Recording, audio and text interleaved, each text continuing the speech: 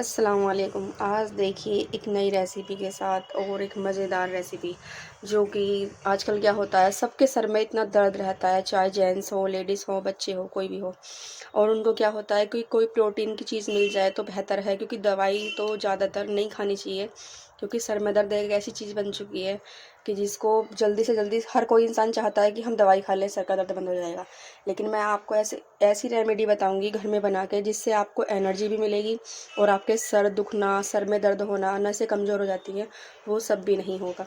क्योंकि गर्मियां हैं तो सर्दियों में तो वैसे चीज़ें खा लेते हैं कि जैसे ड्राई फ्रूट ज़्यादा खा लेते हैं, लेकिन गर्मियों में इतना ड्राई फ्रूट नहीं चलता है। तो मैं एक बहुत नॉर्मल सी चीज़ों से, बेसिक चीज़ों से आपको रेसिपी दिखाने जा रही हूँ। मैं इसके लड्डू बनाऊंगी। और ये देखिए, मैंने 3 गोले लिए थे इस तरीके से, इतने बड़े बड़े थे। ये आधा मैंने आपके लिए बचा के रख लिया था दिखाने के लिए, तो मैंने ये कद्दूकस कर लिया था इसमें। और क्या होता है, जब हम नारियल को घिसते रहते हैं गोले को, तो इस तरीके से थोड़ी थोड़ी पापड़ी सी उतरती रहती हैं, बच जाती हैं। तो हमें क्या करना है, ये घिसने में नहीं आती, हाथ में लगती हैं।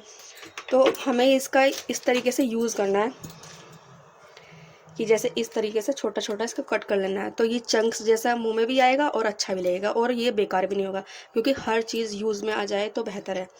तो ये देखिए, मैं आपको कट करके दिखा भी रही हूँ। थोड़ा सा मैंने बचा लिया था, ये हो गया कट। और मैं इसको कद्दूकस को हटा देती हूँ। ये देखिए, हमने रमज़ानों में क्या होगा कि हमारा बिन खजूर के तो रमज़ान होता ही नहीं है। तो हमने रमज़ानों में बहुत खजूर खाए हैं, और अच्छे भी रहते हैं खजूर खाने, क्योंकि मतलब एक ताकतवर चीज़ होती है। तो इस तरीके की पैकिंग में ये खजूर आते हैं। तो मैंने ये 2 डिब्बे लिए थे, एक डिब्बा मैंने खाली कर दिया है, अभी मैं आपको दिखा दूँगी।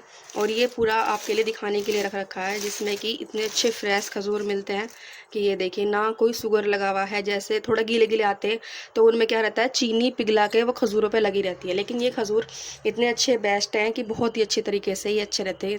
चाहे कितने दिन तक इनको स्टोर कर ले, फ्रीज में रख लीजिए या बिन फ्रीज के भी रख सकते हैं।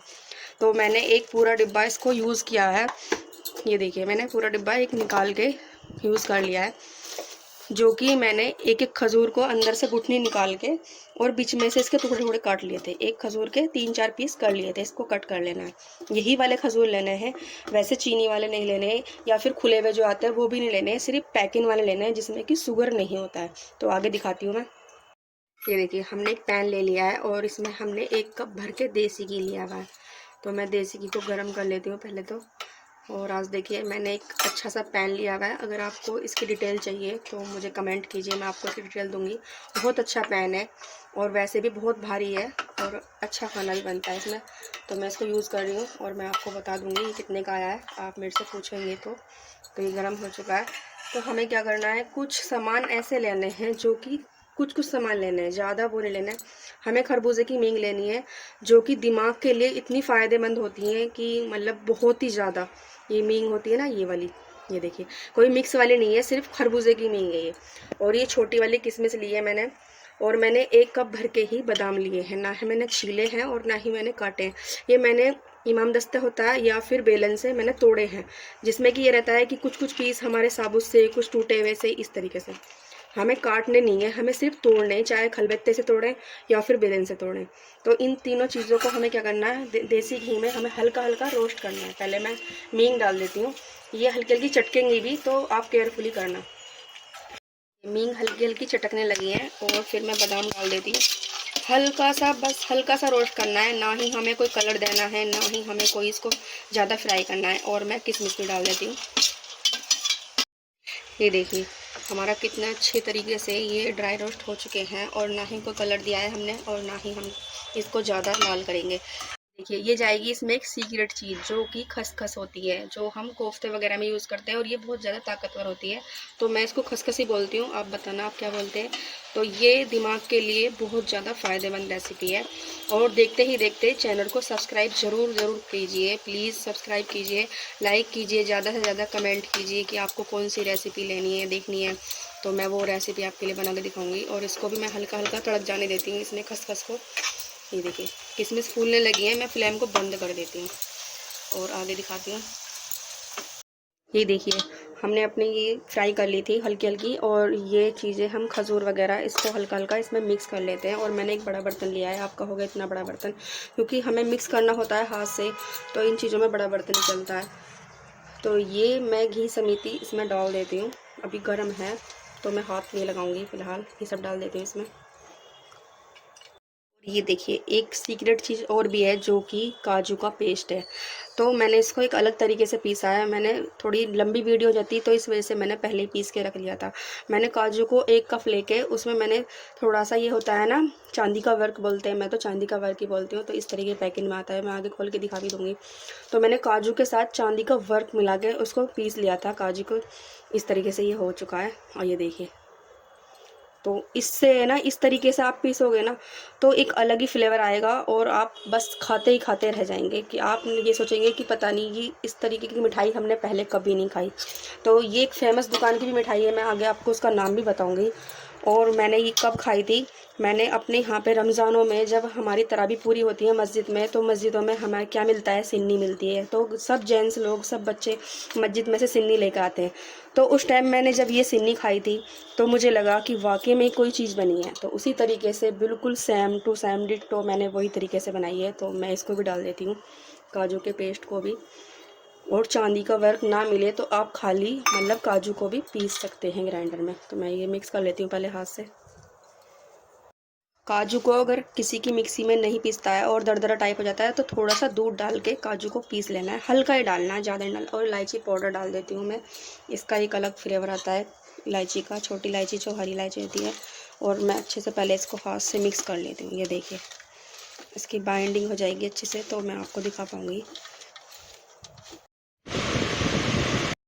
ये देखिए अब मैं क्या करती हूँ, थोड़ा थोड़ा मैं ये पोर्शन ले लेती हूँ। जितने बड़े आप अपने घर में लड्डू खाते हैं तो उसी हिसाब से आप ले लीजिए। मैं थोड़े नींबू जितना होता है ना उससे थोड़ा सा बड़ा पोर्शन ले लेती हूँ और इस तरह से भीज भीज के, ये देखिए घी में लथपथ और एनर्जी तो इतनी आएगी खाते के साथ। बस एक लड्डू खा लीजिए। जब खाना वाना खा लेते हैं तो हमें क्या लगता है कि हम कुछ मीठा भी खा लें, तो ये उस टाइम के लिए बेस्ट है। और दिमाग के लिए तो बस ये समझिए कि सर में दर्द वगैरह सब ख़त्म हो जाएगा। ये देखिए घी में लथपथ और ये इस तरीके से बन चुके हैं। मैं सारे बना लेती हूँ। ये देखिए गाइस ये चांदी का वर्क होता है इतना, मतलब ये बहुत ज़्यादा वैसा होता है तो लगता नहीं है हाथों से। तो इस तरह मैंने कांटे वाली चम्मच से, और इसको पेपर पे ही रखना है और हल्का हल्का सा इस तरह से मैंने सारे लड्डुओं पे बना के इस तरीके से लगा दिया है। तो आप भी इस तरीके से यूज़ कर सकते हैं क्योंकि हाथ से लगाना तो बहुत मुश्किल होता है, चिपकता बहुत ज़्यादा है। ये पूरे लड्डू बनके तैयार हो चुके हैं। आप किसी को मतलब जैसे कोई गिफ्ट देना हो और उस समझ में ना आए कि क्या देना है, कुछ चॉकलेट वगैरह तो सब देते हैं, लेकिन आप कुछ यूनिक चीज़ देंगे तो उसको भी अच्छा लगेगा और आपसे पूछता ही रह जाएगा कि ये किस चीज़ के बने हुए हैं और किसने बनाए। तो चलिए मैं एक अच्छा सा काम कर लेती हूँ। तो मैं ये रख देती हूँ, मेरे पास एक खाली डब्बा है मिठाई का, क्योंकि घर में मिठाई आई थी तो खाली डब्बा था। तो मैं उस तरीके से ही मतलब एक अच्छी सी डेकोरेशन दे देती हूँ इसको। तो मैं एक एक करके इसमें लगा लेती हूँ पहले। तो ये देखिए कोई कहेगा कि घर पे तैयार की मिठाई है।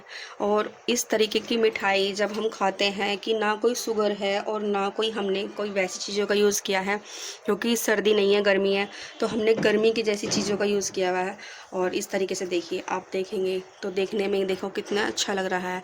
आप चाहे किसी को मतलब कहीं जाना हो तो आप इस तरीके से घर में मिठाई बना के ले जा सकते हैं। किसी दोस्त को गिफ्ट देना हो तो इससे ज़्यादा बेस्ट गिफ्ट क्या हो सकता है कि उसको एनर्जी भी मिले और इतना अच्छा लगे खा के भी। ये देखिए कि खजूर में ताकत होती है, मींग में ताकत होती है, और नारियल तो है ही सर दर्द के लिए। तो मैं आपके सामने एक तोड़ के भी दिखाती हूँ। ये देखिए कितने सॉफ्ट, इतने सारे से ही टूट जाते हैं। ये देखिए अंदर से कितना घी भरा हुआ और ये खसखस के दाने दिखते हुए अलग अलग। तो अगर आप एक बार मेरे तरीके से घर में बनाएंगे तब आपको पता पड़ेगा कि कुछ रेसिपी में दम है। तो मेरी रेसिपी को ज़्यादा से ज़्यादा सब्सक्राइब कीजिए, लाइक कीजिए, ज़्यादा से ज़्यादा सपोर्ट कीजिए। तो इस तरीके से अगर आप बनाएंगे ना तो सब आपकी तारीफ़ करेंगे। घर में तो सब आपसे यही पूछेंगे तुमने कब ये तैयार की है और किस तरीके से तैयार की है, क्योंकि घर में ये सब चीज़ें मौजूद होती हैं। क्योंकि अभी ईद होके निमटी है तो खजूर भी होते हैं, नारियल भी होते हैं, कुछ ड्राई फ्रूट बच भी जाते हैं। तो हम इस तरीके से अपने घर में एक नई रेसिपी बना सकते हैं और जो कि इतनी मज़ेदार है खाने में। तो बच्चे हैं, बड़े हैं, सबके सर दर्द में ऐसा होता है कि बच्चे सर पकड़ के बैठे रहते हैं। तो सर दर्द के लिए, कमज़ोरी के लिए, कुछ बच्चे दुबले पतले होते हैं उनको खिलाइए। और हल्का हल्का मीठा खाने का तो सबका ही मन करता है। तो इसमें कोई शुगर नहीं है, बिन शुगर के, बिन कुछ वैसे कुछ भी चीज़ ऐसी नहीं डाली हुई है जिससे कि किसी को कुछ भी हार्मफुल हो। तो ये डाइट वाले, बिन डाइट वाले सब खा सकते हैं। मैंने आपसे बोला था कि मैं आपको जिस दुकान से मैंने ये मिठाई खाई है तो मैं उसका आप पता भी दूंगी और बता भी दूंगी किस दुकान से मैंने ये मिठाई खाई थी। तो ये यूपी में बहुत ज़्यादा फेमस दुकान है सगुन वालों की, जो कि सिर्फ देसी घी का यूज़ करते हैं और उनके यहाँ की मिठाई सारी देसी घी में बनी होती है और एक से एक बढ़ के मिठाई होती है। तो यूपी में सबसे ज़्यादा फेमस दुकान वही है। मैं यूपी से हूँ और मैंने ये रेसिपी वहीं पे वहाँ की मिठाई खाई थी, यही लड्डू, यही फ्लेवर, यही सब कुछ। तो आप अगर यकीन ना माने मेरी रेसिपी के, तो इस तरह से बनाएं और फिर उस तरह मतलब यहाँ से अपने घर से खा के अगर वहाँ जाएंगे और यही वाले लड्डू मांगेंगे तो आपको पता पड़ जाएगा कि इनमें और उनमें कोई फ़र्क नहीं है, क्योंकि ये उसी तरीके से बने हुए हैं और मैंने उन्हें खा के तब उसके बाद मैंने ये रेसिपी बनाने के लिए सोचा था। तो बनाइए, जाइए और अल्लाह हाफिज़।